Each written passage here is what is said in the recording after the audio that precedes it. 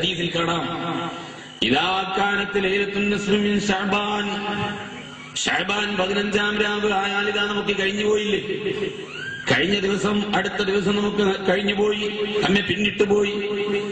ബറാഅത്തിന്റെ രാത്രി ബറാഅ ഇബ്നു ആസിബ് റളിയല്ലാഹു അൻഹുവിനെ ഉദ്ധരിക്കുന്ന ഒരു ഹദീസിൽ കാണാം, ഇദാ കാനത്ത് ലൈലത്തുൻ നിസ്ഫി മിൻ ശഅബാൻ, ശഅബാൻ 15-ാം രാവ് ആയാൽ 14 അസ്തമിച്ച് 15-ാമത്തെ രാവിലേക്ക് പ്രവേശിക്കുമ്പോ അല്ലാഹു സുബ്ഹാനഹു വ തആല അഅ്താ ലികുല്ലി മലക്കിൻ സഹീഫാ, ഓരോ വകുപ്പിന്റെയും നേതൃത്വം വഹിക്കുന്ന മലക്കുകളെ വിളിച്ചു വരുത്തും. അസ്രായീൽ അലൈഹിസ്സലാം ഒരു വകുപ്പിന്റെ നേതൃത്വം വഹിക്കുന്ന മലക്കാണ്. മീകായിൽ അലൈഹിസ്സലാം ഒരു വകുപ്പിന്റെ നേതൃത്വം വഹിക്കുന്ന മലക്കാണ്. ഇങ്ങനെ ഓരോ വകുപ്പിന്റെയും നേതൃത്വം വഹിക്കുന്ന മലക്കുകൾ വിളിച്ചു വരുത്തിയിട്ട് ഈ ബറാഅത്തിന്റെ രാത്രി മുതൽ അടുത്ത ബറാഅത്തിന്റെ രാത്രി വരെ ഇന്ന പ്രദേശത്തൊക്കെ ഇത്ര ലിറ്റർ മഴ പെയ്യണം, ഇത്ര ശക്തിയിൽ കാറ്റടിക്കണം, ഇന്ന വിധത്തിലായിരിക്കണം റിസ്ക് വിതരണം ചെയ്യുന്നത് എന്ന് തുടങ്ങിയ ഒരു ലിസ്റ്റ്, ഒരു പ്രവർത്തന രൂപരേഖ അല്ലാഹു ബറാഅത്തിന്റെ രാത്രി, ഈ ബറാഅത്തിന്റെ രാത്രി കൊടുത്തു കഴിഞ്ഞു. അടുത്ത ബറാഅത്തിന്റെ രാത്രി വരെയുള്ള പ്രവർത്തന പദ്ധതി അല്ലാഹു തആല മലക്കുകളെ ഏൽപ്പിച്ചു. അസ്രായീലിന്റെ കയ്യിലേക്ക് ഒരു സഹീഫത്ത് കൊടുത്തിട്ടുണ്ട്. ആ ഏടിൽ എന്താണുള്ളത്?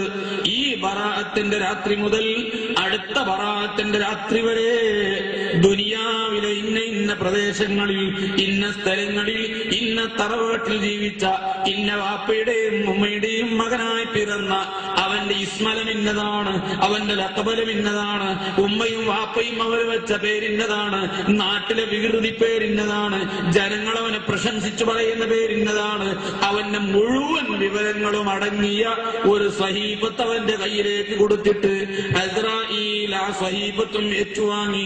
കഴിഞ്ഞ ബറാഅത്തിന്റെ രാത്രിയിൽ അസ്രായീൽ ഇറങ്ങിക്കഴിഞ്ഞു. നമ്മുടെ എല്ലാവരുടെ വീടുകളിലൂടെ അസ്രായീൽ നടക്കുകയാണ്.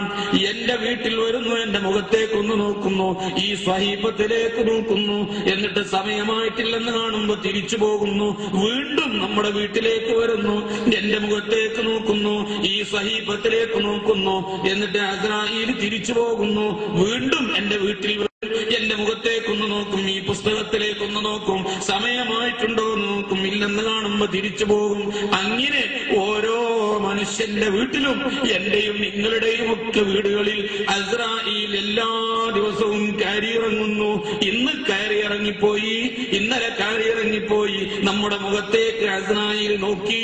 എത്ര പ്രാവശ്യം ബറാഅ ഇബ്നു ആസിബ് റളിയല്ലാഹു അൻഹുവിനെ ഉദ്ധരിക്കുന്ന ഒരു ഹദീസിൽ കാണുന്നു, മുസ്തഫ നബി തങ്ങൾ പറയുന്നു 70 മറ,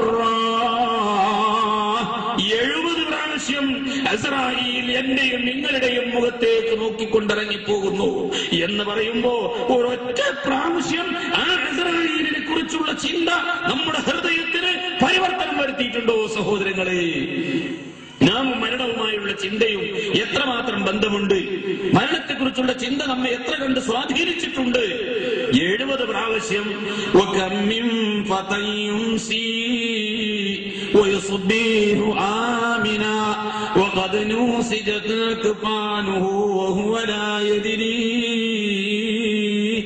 എത്രയെത്ര മനുഷ്യന്മാർ നിർഭയമായ ഒരു രാവിലെയാകുന്നു, വൈകുന്നേരമാകുന്നു, ഒരു പേടിയും ബേജാറുമില്ല, സുരക്ഷിതമായ ഒരു രാവിലെ എഴുന്നേറ്റ് പുറത്തു ചാടും, വൈകുന്നേരം തിരിച്ചവന്റെ വിരിപ്പിലേക്ക് മടങ്ങിയെത്തും. യാതൊന്നും പേടിയില്ല, യാതൊന്നും ചിന്തയുമില്ല, ഒന്നുമില്ലാത്ത എത്രയെത്ര മനുഷ്യന്മാർ അവരെങ്ങനെ ജീവിച്ചുകൊണ്ടിരിക്കുന്നു. പക്ഷേ